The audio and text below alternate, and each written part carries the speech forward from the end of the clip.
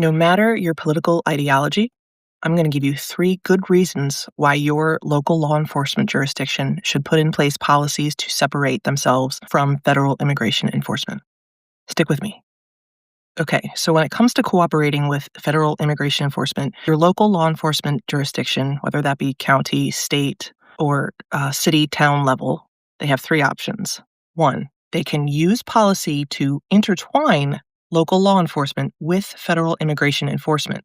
This type of agreement is allowed by law, but that does not mean that all activities performed under the agreement are legal.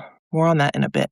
Two, they can use policy to separate local law enforcement from federal immigration enforcement. These are also known as sanctuary policies, which are 100% legal and constitutional. Three, they can avoid creating relevant policies, leaving law enforcement organizations to make their own decisions.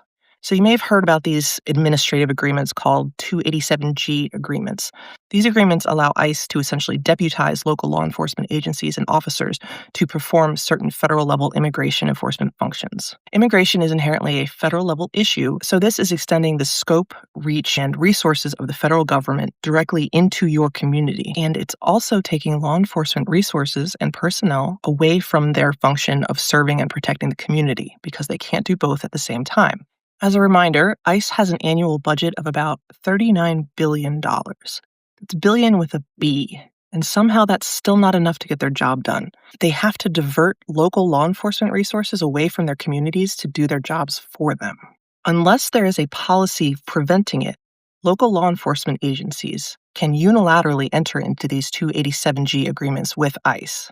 To date, which is February 10th, 2026, 1,379 state and local law enforcement agencies across 39 states have entered into these 287G agreements. Choosing option 1 to intertwine federal and local law enforcement are Florida, Texas, and Georgia, which have all enacted laws requiring their law enforcement agencies to proactively enter into these 287G agreements. Arkansas, Missouri, New Hampshire, and Virginia have enacted policies that instruct, encourage, or otherwise push local jurisdictions to enter into these agreements. Choosing option 2 to formally separate local law enforcement from federal immigration enforcement are Washington, Oregon, California, Maine, Illinois, Connecticut, and New Jersey. The remaining states have, till now, chosen option 3, which you might call the wait-and-see option. And the result of this wait and see has been that local law enforcement agencies in 32 states have unilaterally entered into these ICE agreements without voter input or consent. But this also means that 32 states have the opportunity to protect themselves from the harm of these ICE agreements by enacting these so-called sanctuary policies. For example, in my home state of Maryland, 9 of our 23 counties have put in place 287G agreements with ICE. However, a bill banning these 287 agreements has advanced in the House and the Senate and is expected to reach our governor's desk this week, and Governor Moore has said he is excited to sign it. If you want to advocate for codifying sanctuary policies in your jurisdiction, and you should, here are 3 good reasons to support your case. 1. Cooperation with ICE policy may lead to unconstitutional actions that can leave your jurisdiction open to liability. This one is probably the most cut and dry because the impacts are tangible and immediate. ICE detainer requests ask local law enforcement agencies or detention facilities to hold people past legal limitations in violation of their Fourth Amendment rights. In addition to the legal and ethical issues, this action can leave your jurisdiction open to liability claims.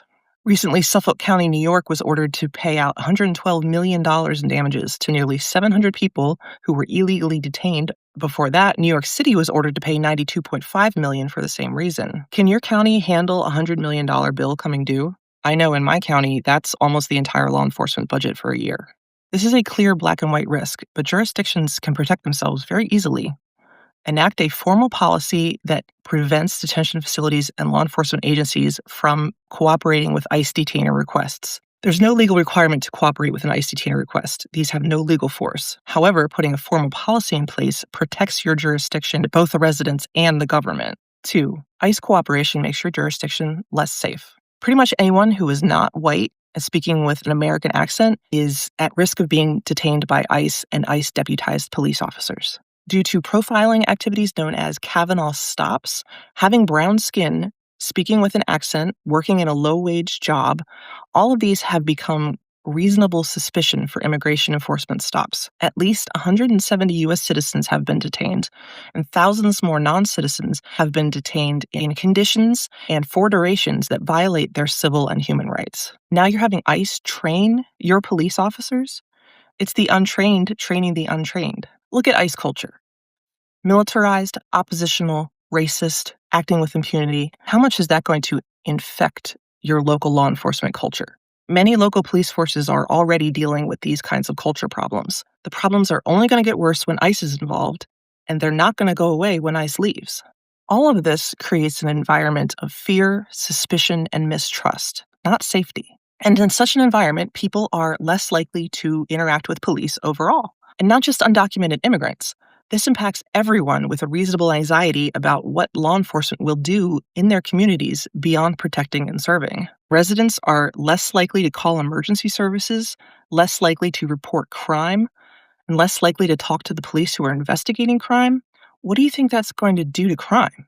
So now you've created an environment where police are being trained to be suspicious of residents. Residents are now mistrustful of the police, and residents are starting to not trust each other. Is that somewhere you want to live? At this point, there's not much we can do directly to stop ICE from coming to our communities, but codifying sanctuary policies can prevent your neighborhood police from becoming agents of ICE. And the third reason is that jurisdictions with some level of sanctuary policies experience objective benefits. Research and statistics over time have found that sanctuary policies do not raise crime rates, and they do not diminish the number of criminals being deported. Immigrant-friendly policies encourage population growth, increased tax revenues, and entrepreneurship. These next stats are from a large-scale report on counties nationwide that do not honor ICE detainers. Crime is 0.35% lower. Median household income is $4,353 higher. Poverty is 2.3% lower. Reliance on public assistance is lower. Labor force participation is 2.5% higher. Unemployment is 1.1% lower. Other benefits include better birth outcomes, a decrease in specifically violent crime and serious property crime, and increased trust between local law enforcement and community members, resulting in enhanced public safety overall.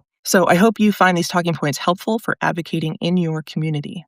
Depending on who you're talking to, you might want to reframe the points. The term sanctuary has become kind of a dirty word because it's so widely misunderstood. But you can advocate that your county formally separate its powers from federal duties, or that your city not get dragged into ICE's messiness until DHS can get its shit together, or that the federal government should stay in its lane. Congress and the executive branch don't know your communities. They should be deferring to you, not the other way around. I am currently working on a series of explainers about sanctuary policies, so if this interests you, please follow me for more, and thanks for watching.